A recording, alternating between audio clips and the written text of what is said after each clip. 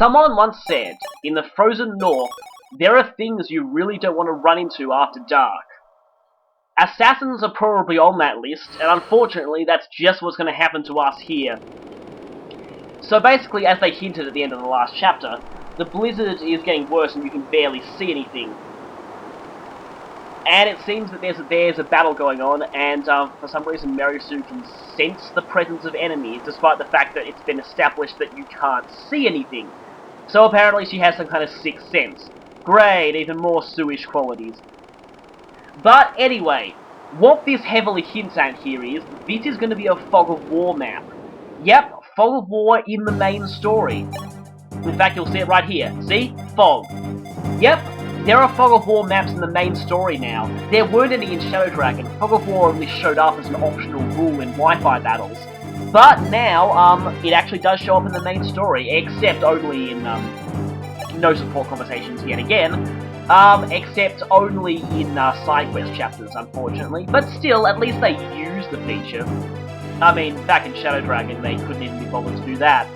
But, basically, there's a couple of things you need to know about Fog of War in this game. Also, yes, once again, low deployment counts for side quests. You can only take 7 people this time. Fortunately, 7 people is more than enough. There aren't very many enemies here. But basically, let's check out how's everyone. As much as I'd like to, I'm not really using him, so yeah. Oh, hey, an item. Oh, that is much better than that used potion we got last chapter. Elixir. That's basically just like it is in the earlier Fire Emblem games. Fully restores HP. But, of course, in this game, you can only get them via How's Everyone, which is pretty annoying, but still, they're interesting when you can get them. Always useful, but I'm probably going to have to save it for the later chapters. So anyway, there's apparently a big battle, there's a blizzard, and there is fog. So like I said, couple of things you need to know about Fog of War in this game compared to previous games, and you can find them all back on the Serenades Forest website. Now, firstly though, I want to show off some of Mary Sue's new reclass options now that she's promoted.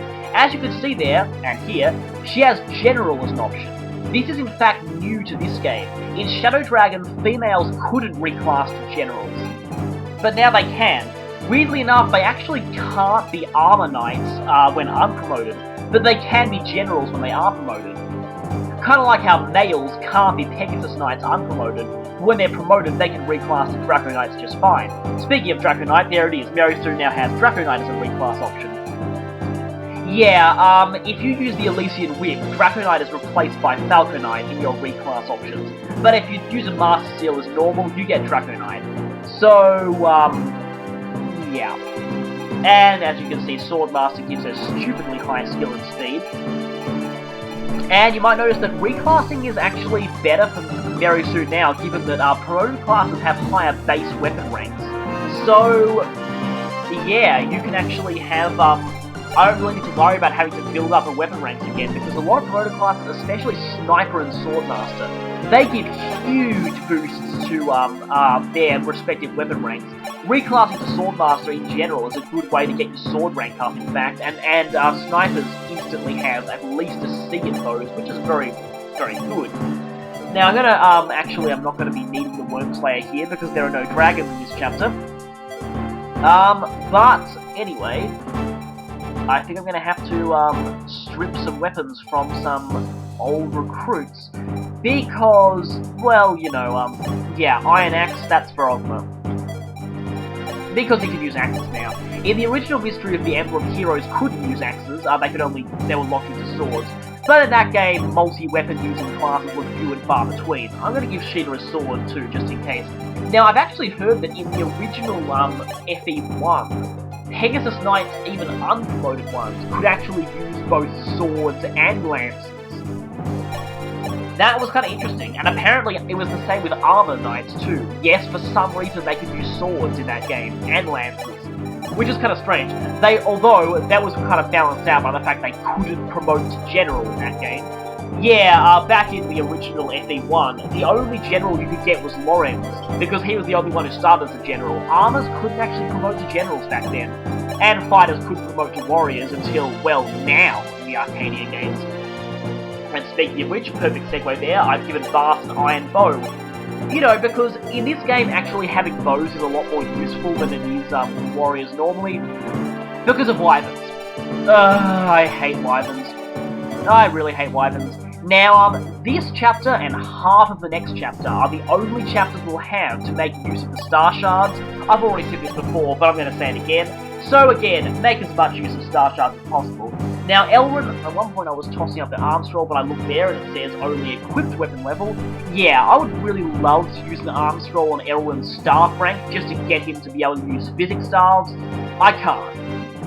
Arm scroll does not work on staves since they cannot be equipped in this game, which is really annoying. In Awakening, the arm scroll boosts all your weapon ranks by 1 level, which makes it a lot more useful for boosting staff ranks. So again, like I said, if you want a good staff rank in this game, you're gonna need to work for it. No easy way out this time. And, yeah, I can use the Thief Staff too, because fortunately that, you have an E. Somewhere Militia is crying. Back in, of course, the original mystery, that was an exclusive staff for her, but now everyone can use it. Then again, Militia's pretty good anyway, so it's not like she needs anything extra.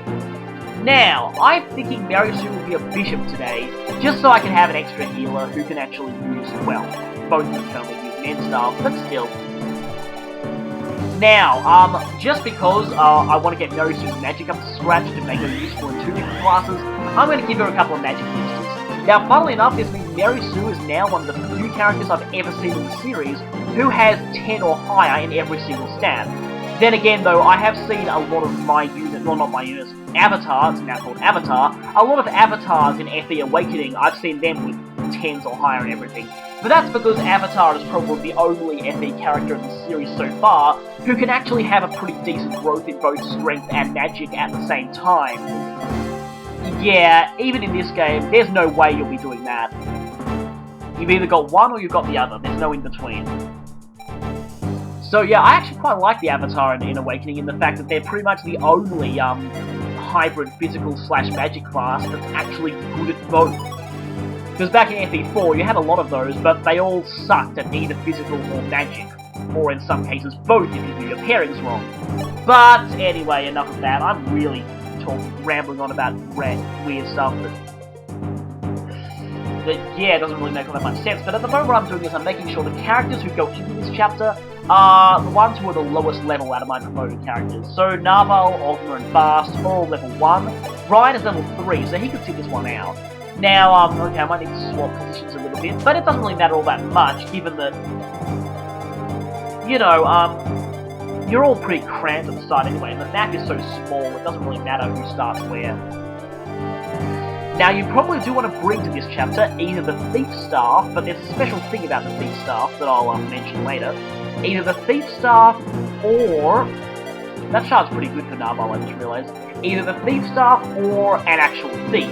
Now, something you probably ought to know. In this game, thieves do not have extended range in Fog of War.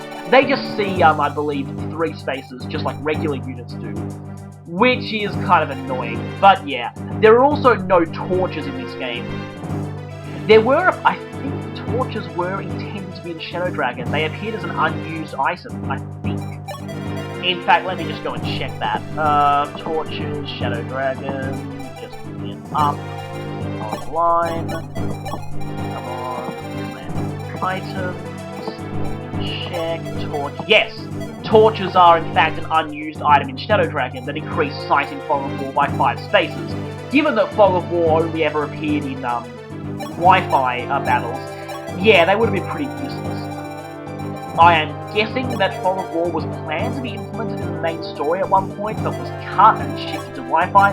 But anyway, it's there now, and we're about to start it. And right from the start, we find out just who our mysterious ally who's been attacked is. Yep, if you didn't recruit her in the prologue, this is the first you'll be seeing of Athena. And in fact, if you actually played Shadow Dragon well, this is probably the first you'll be seeing of Athena at all. But given that Athena was one of the more popular side quest characters, it's, anyone who's even heard of Shadow Dragon, even if they haven't played it, has probably heard of her. But yes, we'll be fighting Klein, finally, in this chapter. And this is actually pretty cool, though. Klein makes reference to the fact that the enemy is not affected by Fog of War. The AI can see you no matter where you are. But first, let's talk about Athena here.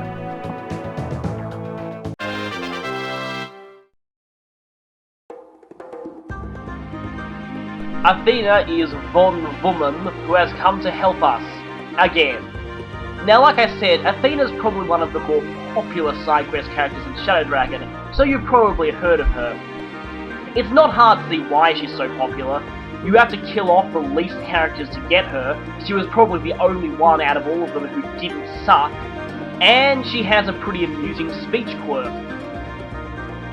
In that game, yeah, Athena was actually a pretty decent character to use. In this game, how does she fare? Well, she is actually really interesting for a few reasons. Firstly, it's possible to get her in the prologue, and for most players, she's the one you'll be getting, because the alternative, Gordon, he's pretty much just a worse version of Ryan, and, I mean, yeah, he won't really be that useful anyway. Athena, on the other hand, has a really nice speed stat for that point in the prologue. And this is where she really shines. On the higher difficulties of the prologue, especially Lunatic mode, are next to impossible without Athena and her speed stat. She can avoid being doubled by the ridiculously fast Lunatic enemies, and she can consistently double them for the most part. And she's pretty much she and Sheeta, but Sheeta's ridiculously frail, and have weapon triangle disadvantage against axe users, of which there are a lot in the prologue. Athena has weapon triangle advantage, so she kind of wins out there. And she's pretty much, again, apart from Sheeta, the only one who can actually do that. The only one in the prologue who actually has a decent enough speed stat to avoid being doubled. As a result, Athena is really useful in the prologue, and it's highly recommended you get her. The only reason I didn't is because, you'll find out later, but it's pretty easy to assume that that part is not canon. But, anyway though, the problem with Athena though begins to arise when you get her back. Now, the reason she was so over-leveled when you got her in the prologue was because she doesn't rejoin until now. This is a long time later. You've already passed the halfway point of the game by now. And Athena, well, her stats she just can't really keep up with the rest of you. Level 10 unpromoted is probably, yeah, really iffy around this point in the game. And to top it all off, you've passed most of the treasure trove of experience that was the previous 3 chapters, so Athena doesn't have as much opportunities to level up. But not just that, her bases actually aren't that good for her level. In the prologue, her bases looked amazing by the standards of the other characters who started at much lower levels. But now, well, let's just say, Narbal starts with the same strength, but 16 base skill and speed, at a few levels lower than her. Yeah, by this point in the game, Athena's bases, while they were looking good in the prologue, are actually not so good for the level she's at. And this is probably where she really suffers. Not only that, but her growths are very similar to Narbal, a character who joined a lot of chapters earlier, and like, if you've been using him like me, is probably promoted by now, and will be leaving her in the dust pretty easily. So yeah, she's pretty much exactly the same as Narbal, and although that's not bad, it's just that you already have had him for a long time, so if you want a Swordmaster who dodges a lot, you've probably been using him. Add to the fact that her base luck is not that great, and unlike Narbal, she doesn't have much chance of maxing it out on average, and, well, yeah. Well, she does start with a good sword rank, that is a plus. Having a B rank in swords at level 10 Mirrorwism is actually pretty amazing, and she can use silver swords immediately, and she comes with one. And I will admit, that is pretty good. But unfortunately, that's just not enough to save her from the fact that, yeah, she was good in the prologue, but now times have changed, and she's actually not looking that great compared to all the stats you've got now. For this reason, I believe that, if the developers had taken Athena in a different direction, she could have been more useful.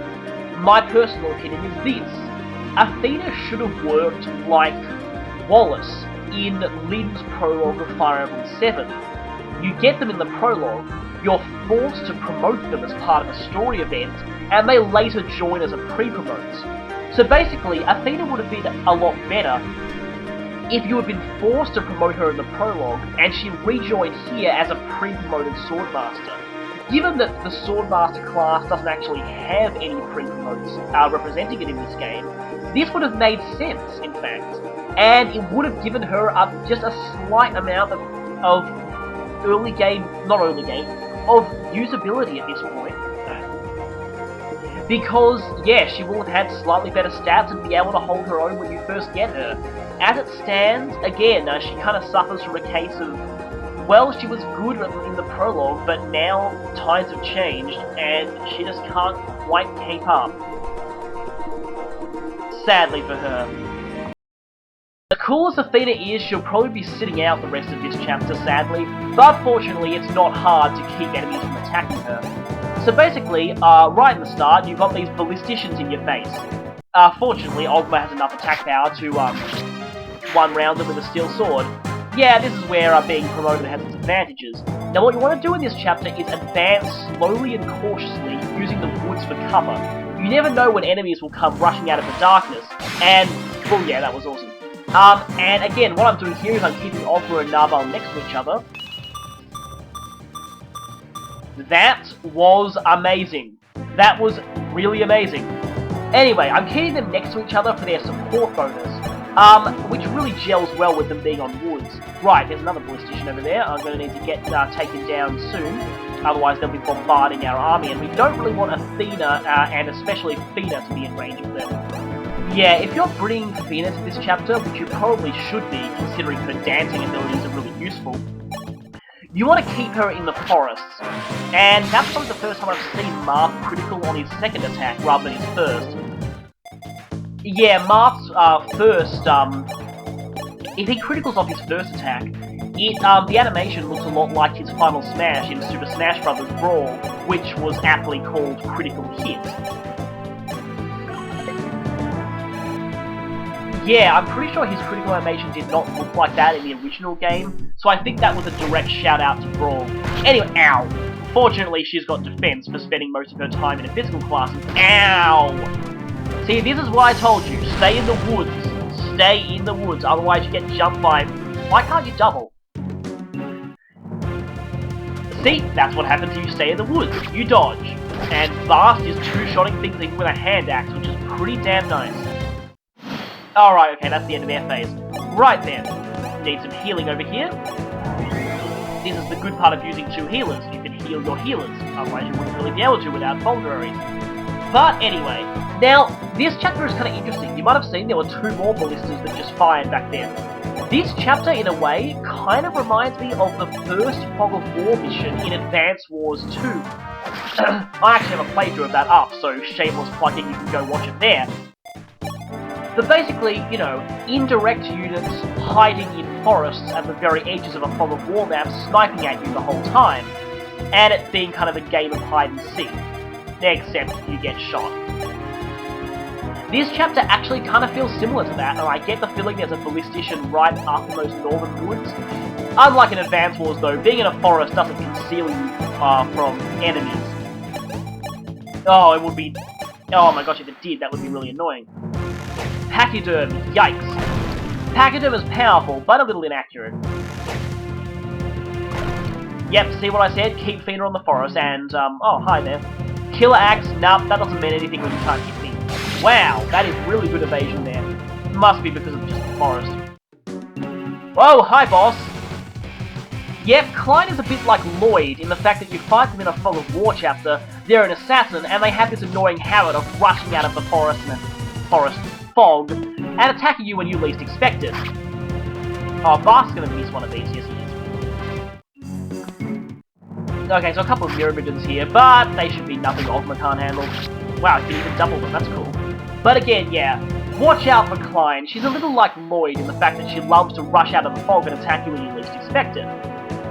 Her stats haven't changed from her brief appearance in 3X when she ran away like a dirty coward.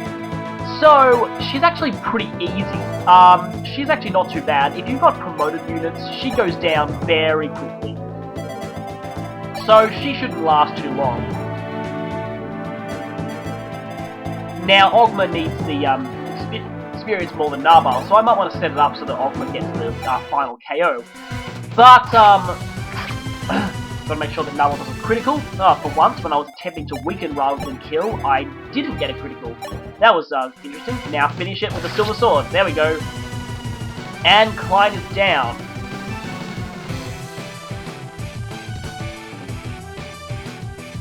Bit of an empty threat there, given that that is a defeat quote. But, yeah, you can kind of tell that she's a little messed up. But anyway, like I said, Narbal, yeah, his speed will be outpacing Ogma eventually, and it already is starting to. I'm a little worried about not putting her on the forest, but hopefully she should be pretty fine. And now I finally get to try out Bass Bows. See, much better hit rates than that hand axe. Yeah, hand axes throughout the FE series have always had crappy hit rates. But anyway, now that Klein is down, she and the Ballistas are really the only enemies who pose a threat in this map. So, yeah. This is pretty simple now. But you want to make sure you don't, hi Ballistician, there you are. You want to make sure, though, you don't finish it too early. Now, this chapter, because there's no seize point, is a route chapter. And, yeah, another thing you should know about Fog of War in this game that you probably just saw then. If... Uh-oh. See, this is why you don't put her in range of 2 Ballisticians in one turn. Now, you see that chest over there? Yeah, this is the reason why you want to, not finish this chapter too, quickly, because this is a route chapter. So it'll end immediately once you've killed all the enemies. But you do want to get that chest. Now, funny thing here, you can either use a Thief here, or you can use Mask, or you can use the Thief Staff. Interesting thing about the Thief Staff, you can't actually use the Thief Staff on a chest in Fog of War unless another one of your units has line of sight to the chest. This is, oh, hi Ballistician, there you are. And like other games in the series, if you run into an enemy during Fog of War, you're forced to end your movement. So yeah, Elrond can now use the Thief Staff, and we get the Iote's Shield. Remember when I told you it won't be coming until much later? In the original mystery, you got this all the way back in Chapter 3. Yeah, that was pretty broken considering how powerful the Pegasus Knights were. Iote's Shield basically removes Flyer's weaknesses to arrows. And for that reason, it's really, really, really awesome. Now that we have it, yeah, our Flyer's going to be much more durable. Probably better to give it to a Draco Knight, because they dodge less and they rely on stuff more. Now this should be the very last enemy, so I'll finish this guy off, and we will be done with the chapter. So yeah, that's another thing about Fog of War that I probably won't get to talk about until the next Fog chapter, which isn't for a long, long time. But anyway, we've routed the enemy, and that is the end of it. So, the chapter is over, we've fought off the assassins, there's no need to remain here, let's get back to the Ice Dragon Shrine. Everything's all fine and dandy. Or is it? Now, this scene, when I first played this game, this scene took me really by surprise. And, wow, the music playing here is a theme known as Puppets Don't Cry. You heard it back in the prologue when Katarina was talking about her past. This theme is one of the saddest, most depressing pieces of music in the whole series. Probably second, next to the theme that plays right at the end of Chapter 5 in FE4. And, like the end of Chapter 5 in FE4, me personally, I actually rank what's coming as one of the saddest moments in the whole series.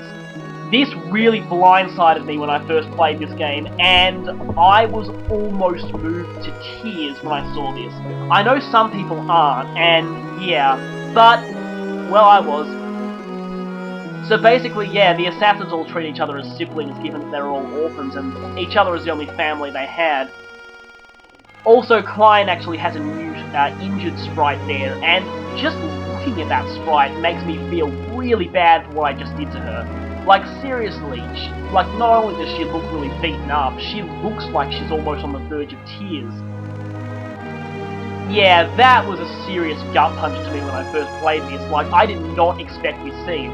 So basically, she's wounded and we haven't been treated. Unfortunately, Aramia, of course, is going the "my minions have failed me, they must die" route.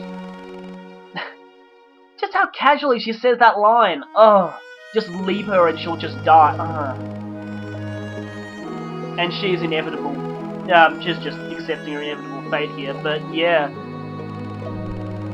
Despite being like a complete jerk to you for most of the game, her death is, I think, one of the most tragic in the series. Some people have said the same for Lynn Stella in FX7. Really, all she got was just one death quote that gave her a sympathetic quality. Klein gets an entire scene. Weirdly enough, Roro didn't get anything like this, but yeah, this scene, again, pretty much speaks for itself. Wow, I feel really bad now.